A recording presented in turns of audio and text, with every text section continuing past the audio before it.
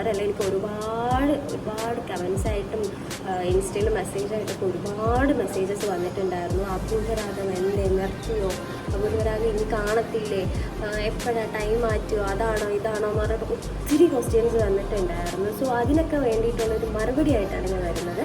അപൂർവരാഗം വീണ്ടും വരുവാണ് നിങ്ങൾക്ക് വേണ്ടിയിട്ട് തിങ്കളാഴ്ച മുതൽ. അപ്പോൾ എല്ലാവരും മറക്കാതെ കാണണം കേട്ടോ. അപ്പോൾ ഷുവറായിട്ട് നിങ്ങൾ കാണണം.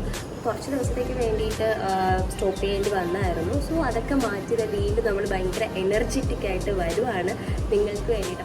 അപ്പോൾ നിങ്ങൾ ഷുവറായിട്ട് കാണണം കേട്ടോ.